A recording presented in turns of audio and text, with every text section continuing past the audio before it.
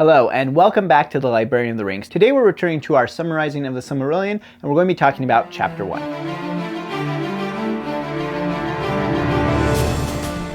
Welcome back. My name is Ben. I'm the Librarian of the Rings, and today we're going to be talking all about Chapter 1 of the Silmarillion. We're going to be summarizing it and going over some of the key points and the characters and different things that happen in order to help you as you are kind of embarking on your journey, particularly if this is your first time reading through the Silmarillion. Hopefully this will be really helpful to let you know what to focus on, because there is a lot there. In past videos, we've already covered the beginning part of the Silmarillion, which has the Ainulindale and the Vala Quenta in it, but now we're actually into the Quenta Silmarillion proper, the history of the Silmarils, and so we're beginning here with Chapter 1. That can be a little confusing. If you are confused about the structure, go ahead and check out the video that I made about the structure of the Silmarillion, and hopefully that will make a lot more sense to you. Okay, so in Chapter 1, it's only about 10 pages long, but it can be really confusing to first-time readers. I know it was to me, because there's a lot of names, a lot of detail going on, and we're covering huge spans of time. Now, like I said, it covers 10 pages. We don't know exactly how much time it covers, because a lot of what happens here is actually outside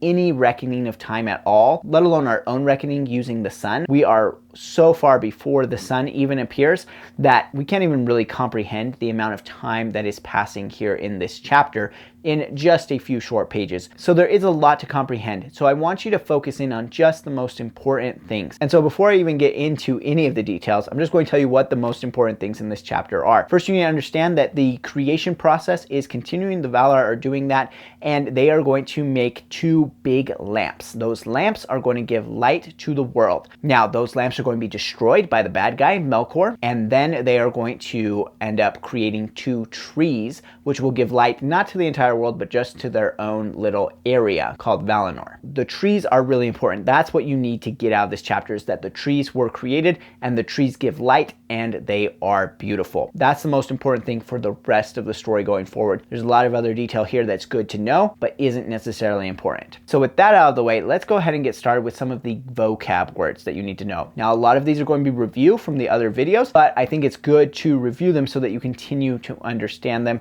And if you haven't watched the other videos, this will be helpful to you too. So the first vocab word is Arda. Arda is the world. You can think of it as our planet, even though it hasn't become a planet yet. Think of it that way. Middle Earth and Aman are continents on Arda. This is different than what we've talked about before with Ea. Ea is basically the universe, and Arda is our world here. This brings us to the next vocab word, which is the Little Kingdom. If you see them talk about the Little Kingdom, they're just talking about Arda. That's just how the Valar sometimes refer to it. All right, we've already kind of talked about Valar, but that's our next vocab word. The Valar are the angelic beings, sometimes called the gods. In the Ainulindale, we talked a lot about the Ainur. The Ainur were these spiritual beings, and those of them who were greatest, who came down to Arda, were called the Valar. Now, if they were the greatest, there also have to be some that were not as great, not as powerful, and those are the Maiar. So you'll also see Maiar referred to. The Maiar are kind of the lesser angelic beings, although they are still very powerful. Maiar are often associated with one of the Valar. Next vocab word, which I've already mentioned, is the Great Lamps. These are two huge lamps that stood in Arda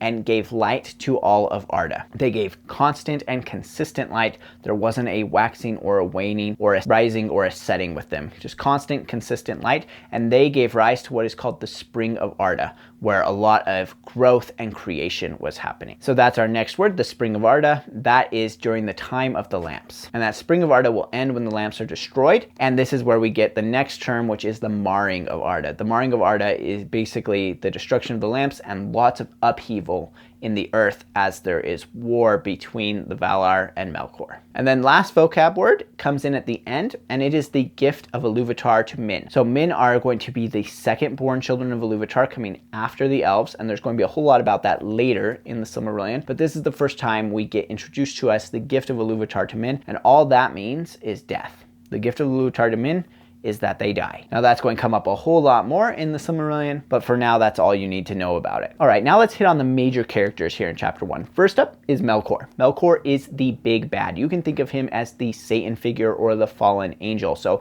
he was a Valar, but he has fallen because he wants to do his own thing and not do the will of Iluvatar, who is the god figure in this universe. For your reference, if you are coming to this from the Lord of the Rings, Melkor is the master of Sauron. So Sauron is one of those Maiar, Melkor is the Valar Valar who is master of him. And so basically everything Sauron does, Melkor does, but way, way worse. The next character that we have is Tulkas. Tulkas is one of the Valar that we haven't really mentioned before because he hasn't come up, but he does come up in this chapter because he is actually the last of the Valar to come to Arda, and he comes because of the war with Melkor. He comes expressly to fight Melkor.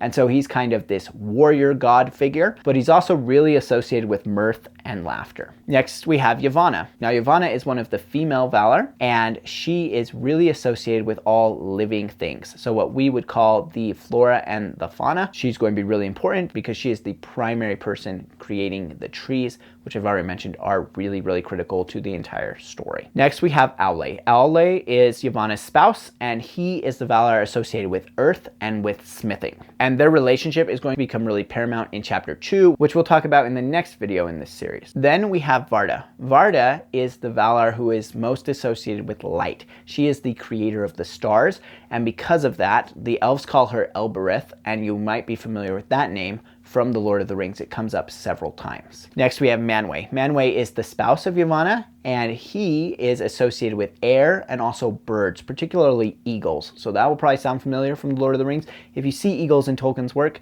think Manwë. And he is the king of all Arda. So he's the leader of the Valar and the one who they come to for counsel and judgment. Then we have Ummo. Ummo is the Valar of waters. So any ocean, river, or lake or stream is going to be associated with Ummo.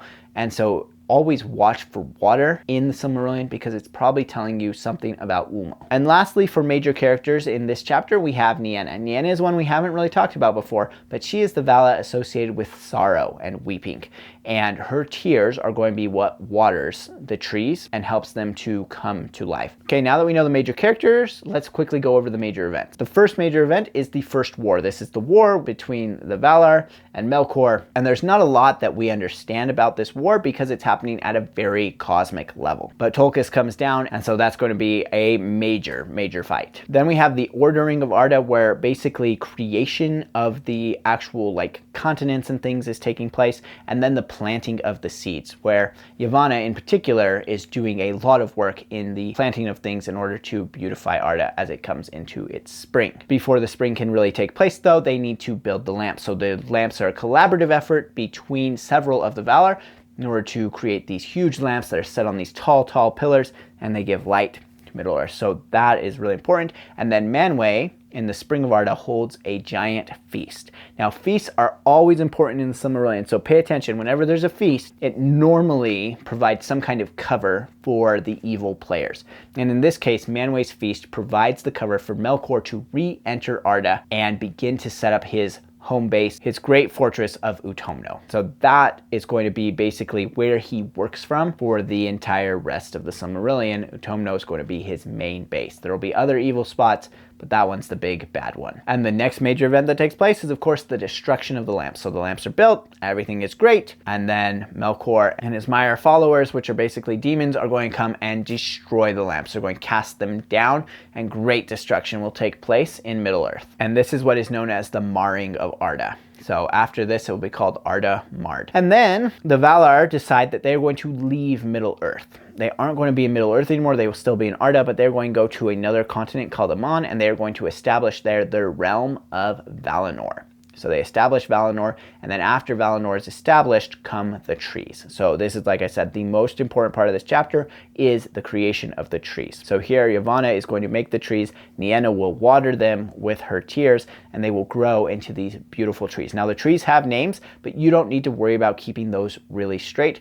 Just know that there are two trees, one that is golden, one that is silver. They wax and wane, and so time begins to be counted. At this point, we begin to count time in the years of the trees, which do not correspond to sun years, but it is the first time that we really see time being counted. All right, now that we know what the major events are, let's talk about the major themes that we kind of want to keep track of as we're going. And there's three that I want to point out in this chapter. The first one is collaborative creation versus solo creation. So we have two important examples of collaborative creation in this chapter. One is the lamps and the other is the trees. Yavanna, Aule, Varda, and Manwë are all involved in the creation of the lamp. So it's a very collaborative process. The trees are another collaborative effort between Yavanna and Nienna, and in the next chapter, we will kind of pick up the second half of this theme, which is solo creation, creation on your own, and how those two things differ. The second major theme that I want to point out is marring. So this idea that the world is not as it should be.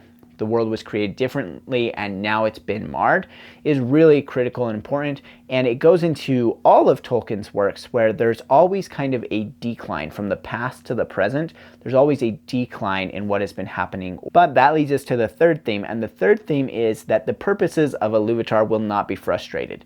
Even though we have this marring, even though we have this decline, the purposes of Iluvatar will continue.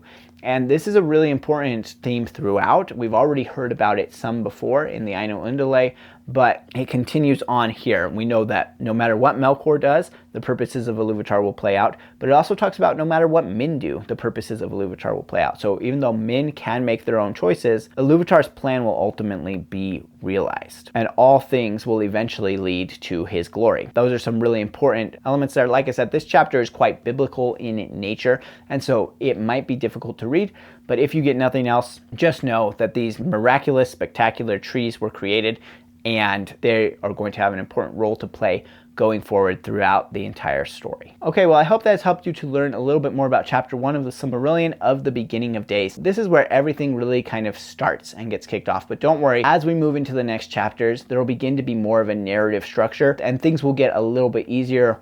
We will begin to descend from this very high view, and eventually we'll get down to where some of the stories are on a much more ground level view with ground level characters. If you have any questions at all, I would love to hear from you. Go ahead and drop those down in the comments below and we'll chat about them down there. Thank you so much for watching, and until next time, farewell wherever ye fare. May your ears receive you at your journey's end.